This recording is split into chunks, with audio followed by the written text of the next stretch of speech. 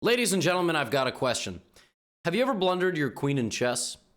Now, I've got a second question. Have you ever lost 60,000 US dollars?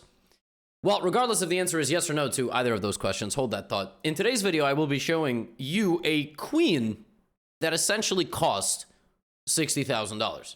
We are in St. Louis. Our protagonists are Wesley So and Hikaru Nakamura, and I'm going to show you 3 games that they played against each other in their very, very closely contested double elimination finals match, and then I will show you the blunder of the queen. Timestamps on the video player if you don't have the attention span, but I mean, come on. These videos are fun. You skip this up, you never know what you're gonna miss. Anyway, these two, anytime they go at it, barn burner of a fight. It all started when my mom met my dad and then they had me. Hi, I'm Ryan, or whatever that meme is. Anyway, in the early going, it was Hikaru. Where's the eval bar? There it is. What the heck is going on here? We don't want to evaluate the position. Hikaru played a very offbeat Rasalimo with the move e5, bishop to d6, and it was a very close position early, as you can see. This is game 1. Keep in mind there's 4 games. There's really 3 games. The last game is the game that cost the $60,000, but there's got to be a little bit of build-up.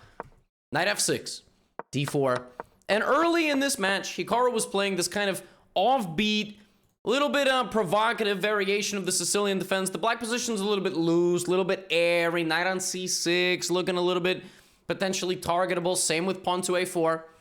Wesley played knight d2. Hikaru played king h8, very clearly setting up some stuff over here to get the king off of the diagonal. And a couple of moves later, he did in fact play the move f5. Now, it's a very complicated back and forth affair, all right? As is typical in the Sicilian defense, the games are quite unpredictable. And Hikaru early on was trying to take Wesley very, very far away from where he might be comfortable because Wesley is I mean, both of these guys have a similar playing style, especially in slow games. We had fe4, knight went back to f6, and in this position, Hikaru took over. He played the move d5. Now, we back up for a moment. How did this happen? Because it looked like White's position was completely reasonable. Well, it's not an easy position to play. Black has a lot of natural plans, like the move f5, for example, and White, according to the computer, has to play moves like queen f1, which, I mean, the king and the queen love each other very much, but they don't want to be around each other this close all the time, all right? So, bishop b3, and f5, and Hikaru played d5. Now, why is what is so good about this? Well, White has no center pawns. White just doesn't have any center pawns. All right, and if you take one of these pawns, I got news for you. I'm pinning you. Impossible to guard your bishop. You can play c4. I got e4. Can't take. Take your queen. You go knight e4 maybe. I have knight takes b4. Fork. And bad position for White. So we back up for a moment. Queen takes e4. Queen e2. There it is. Hikaru's now created this very powerful barrier in the center of the board. And he's coming in with his bishop. And in their first head-to-head matchup, Hikaru got the better of Wesley. He applied this very odd style pressure with the Sicilian defense, something that I've never seen him really play much of ever. And then on top of already having a bad position, it went from bad to worse as Wesley just blundered a discovered attack. Now, don't worry, the queen is not lost that quickly. We have queen d3, and Hikaru chopped down the white position up a pawn, traded down rooks, took on c3, and this bishop is not under attack because queen takes rook. A very nice win. I mean, it's not every day you get to beat Wesley So with the black pieces. It's not every day you get to beat him with the black pieces and make it look relatively straightforward. So Hikaru played this very obscure line of the Rasalimo Sicilian, and he did a great job. And he won. That's not like the end of the video. Hikaru knocked out Wesley the first time they met in the finals. But now chess is trying to adopt this double elimination style format, so guess what? It's them again. It's them, and not only them, they're playing in the same colors, all right? But this is the next day. And Wesley was back for revenge. You see, Hikaru got the early push on Wesley. Wesley said, bro, all right, I'm going to go for your Spanish. Hikaru playing the Berlin this time. Hikaru plays with the Berlin. The reason why Hikaru didn't repeat the exact same line is because if at this level of chess, if you have 24 hours to prepare for somebody, bad things are going to happen for that somebody if they try to repeat. So knight f6, and Wesley played the anti-Berlin. The Berlin, of course, is an age-old variation where black takes on e4, castles, and so on and so forth, right? And Hikaru played this line knight d4, which is where black trades bishops, comes out, and is like, I'm good. Wesley went knight a3 to try to play knight c4, which he very promptly played some moves later. And he tried to go after Hikaru's bishop. Now, Hikaru has an option here. He can give away his light squared bishop, he can give away his dark squared bishop, or he can give away nothing. But when he tries to give away nothing, white now gets a little bit aggressive. And I just gotta say, visually speaking, I like white's position. I like the rook going to d1. I like the rook going to e1. I like b4, a4, a5. Visually speaking, I like white's position. Hikaru damages his pawn structure and castles long. Here's the problem. And a few moves later, black is going to play king b8. The kings are on opposite sides, all right?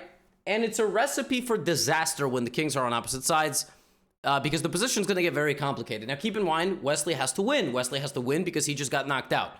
He came back out of the loser's bracket. He's like, Hikaru, my business here is not finished. And now they go to battle. Plus, both guys knew that, you know, they might need to blunder a queen later on in this video so I could entertain, I don't know, how many people are watching this right now? A couple 100,000, 800,000, 1.2 million? I don't know. But I would have to entertain you. So Wesley went queen f3, and Hikaru went g5 and h5. Now, this is the type of position, folks.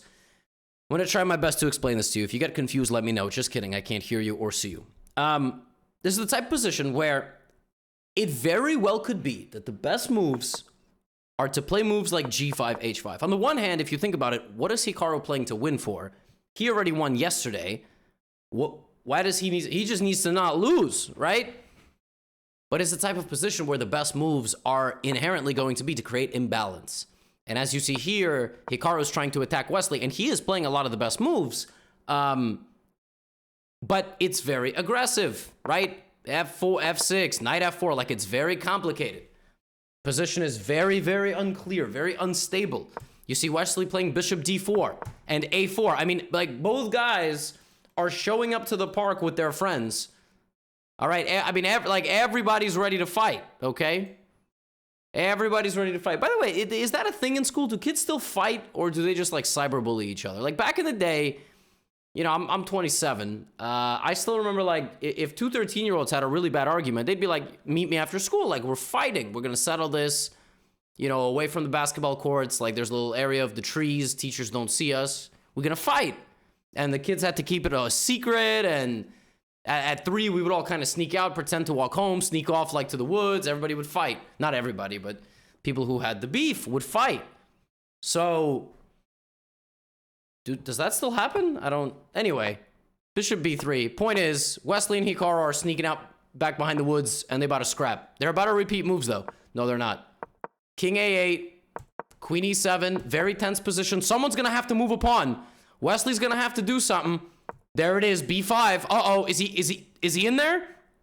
Is he breaking in? Bishop d4, he undoubles the pawns. Look at Wesley's pawns. Every single pawn is up. And the blockade around the black king is about to come down. CB, CB, BA. And Wesley finds a very clutch move here. Rook b6. All right, rook b6, applying more pressure to this pawn on a6. I know the computer, rook b6, not the best move. You should have played bishop c6 and king a7, and then you should have played rook b6, dude. I think Stockfish just sounds like Cartman from South Park. Like, honestly, I think I'm just going to start doing this impression. I think it's like, hey, you guys are so stupid, dude. Why did you play rook b6? You should have given him a check, dude. Anyway, rook b6. And the point is that after rook b6, a b6, there is the move d5, which is apparently holding. Hikaru didn't play it because he's a human being. And Wesley kicked the knight out. Knight is kind of locked in here now. White's got some good attacking possibilities, but Hikaru's not. I mean, Hikaru is still going.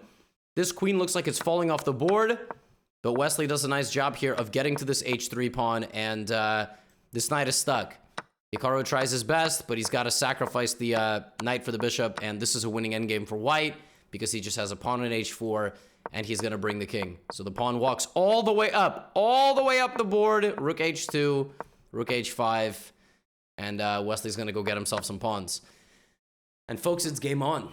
All right?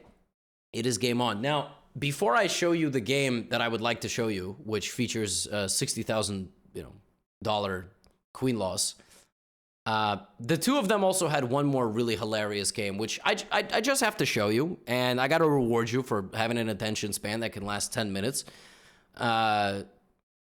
This was a hilarious game that they played. All right, it began with an English.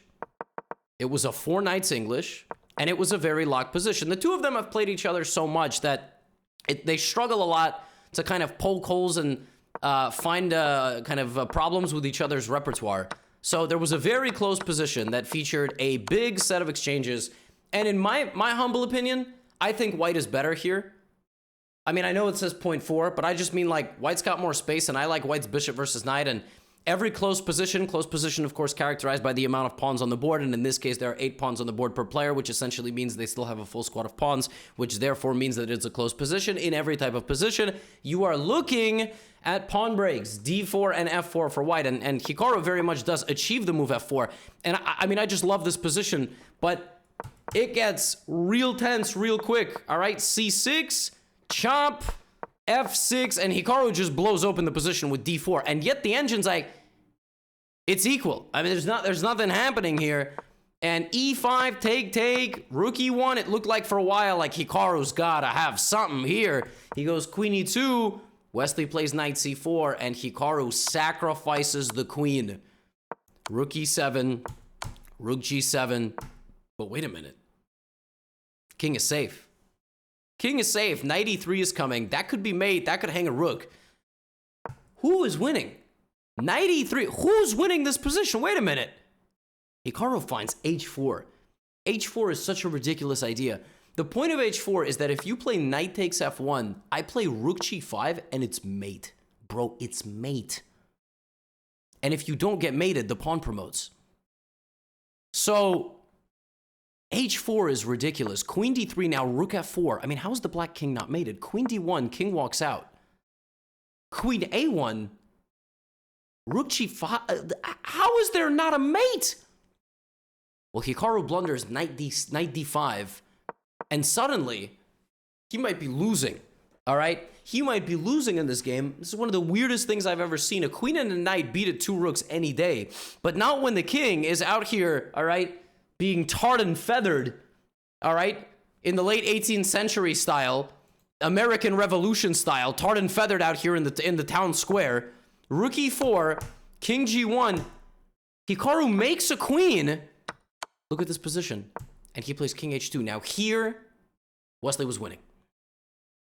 Wesley was winning. And I got news for you, folks. Had Wesley found this little continuation here, we wouldn't have this YouTube video. Butterfly effect. And who knows, maybe in that timeline, I discover, I don't know, a cure for some disease.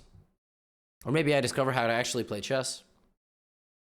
In this position, Wesley could have given a check, and Wesley could have played queen f7. And the game would have been over. It would have been over because Hikaru can't play rook e5 because queen e7 kicks the rook out. And once the rook goes, my friends, this king is no longer going to be tarred and feathered. Knight e4, queen e6. White is no longer attacking. Queen c7 and queen f7, and Hikaru resigns. But Wesley didn't play that. Wesley went here. And suddenly realized he got nothing. He got absolutely nothing here. Black is paralyzed. Black can't move the king. Black can't move the pawn. Black can't move the pawn. Black can't move the pawn. Black can't move the knight. Black can't move anything. The only thing that black can move is the queen. So he tries moving the queen a little bit. Gives a check. Looks like it's going to be a draw, right? Well, I just needed to show this to you because in this position, Wesley so played something so nasty. This is so funny. How do you force a draw here for black? Well, you force a draw by playing queen takes h4. White takes, and it's stalemate. I have never seen something like this. White is up 7 points of material, and it's mate on f6 on the next move. But he has 0 legal moves. That is so absurd. I've never seen something like this. What a stalemate. All right? What a stalemate. So, look, folks, we let these two guys get 72 hours and about 20 games between each other to figure out who was going to be the winner of the American Cup. And I swear to God, it all came down to this. It came down to something you could have done. You could have done that. What you're about to see. 60,000 big ones on the line. That's a lot of money. For some, that's a pair of shoes. For some, that's 1 year in college. If you're American. If you're normal and live in Europe, you barely pay anything. You know, hey, listen, in New York City, there are private schools that cost $60,000 for a 4-year-old. Can you imagine having a 4-year-old go to school and you pay $60,000 a year for that? For that? That's what? That kid could like walk down the street and learn something from people yelling at him or her. Anyway, $60,000 is a lot of money. This was the final game between Wesley and Hikaru. Hikaru had white, Wesley had black. 60 grand on the line, knight f3. e3. It's a rapid game. 10-minute game, not a 90-minute game. You're not going to believe what you see. b3, bishop b2. So far, so good, right? So far, no one's moved any queens. Everything's all right. c5. Now, in these kind of neo-ready structures, with English and a delayed d4, delayed queen spawn game, anytime that white plays c5, black should play pawn takes pawn. That's just what white should play pawn takes pawn and then play d4. So Hikaru plays pawn takes pawn, but rather than play d4 himself, he plays rook c1. Now, he should play d4. That is considered the top move of the engine. But well, it's interchangeable. But there is a clear drawback with the move rook c1. Drawback, okay? The drawback is that black can play d4, right? Now, Hikaru can get away with playing rook c1 and allowing d4 because he's Hikaru. He's one of the best players in the world, okay? If you play d4, you're going to lose because you got no space. So that's kind of the drawback of rook c1. But okay, d4, knight a4, and now Hikaru's attacking the pawn. Wesley took on... I'm allergic to taking pawns. Wesley took, defended his pawn like this. All right? It's equal. What can you do? Two top players playing an opening. It's equal. Hikaru develops his bishop. Hikaru castles. Wesley plays knight c6. Very complicated game, very back and forth game. Hikaru plays queen e1. The idea of queen e1 is to put the queen on g3, and maybe Wesley won't see checkmate. In tragic fashion, Wesley does, in fact, see checkmate. And this is it, folks. I hope you've enjoyed today's video. Because what I'm about to show you should make you feel better about yourself. It should make you feel like as much as you play chess, it could be 2 decades, 2.5 decades. You could be one of the top 3 players in the world. You could be a champion of various events. Nobody is immune to doing stuff like this. Hikaru traded the bishops, brought back his knight from the edge of the board. Wesley played knight b4, opening up his bishop, eyeing this. Maybe knight will jump into d3. And in this position, white is actually unable to move this knight because then queen takes d2 would happen. So there's not a convenient way to stop this. But then Hikaru played knight e5. Knight e5 activates the knight and takes away d3. But doesn't it hang a pawn? Well, anytime your queen ventures to the other side of the board like this, you got to be thinking it's going to get trapped. But no, because even though the queen's escape path backwards can be cut off with a rook move, the queen can always come out this way. Or so Wesley thought. You see, after 72 hours and 20 games of chess against the same individual, Wesley so experienced what we think all the top players in the world never experience, which is fatigue, blind spot. And it turns out that after rook d1, queen b2, the queen is not escaping at all. Knight c4. From a position of complete and total equality. Even the computer saying that black could be a touch better. Wesley takes the pawn, gets his queen trapped, and Hikaru wins $60,000. And so, folks, before we sign off this video, I would just like to ask you once again, have you ever blundered a queen in chess? Have you ever lost $60,000? Now get out of here.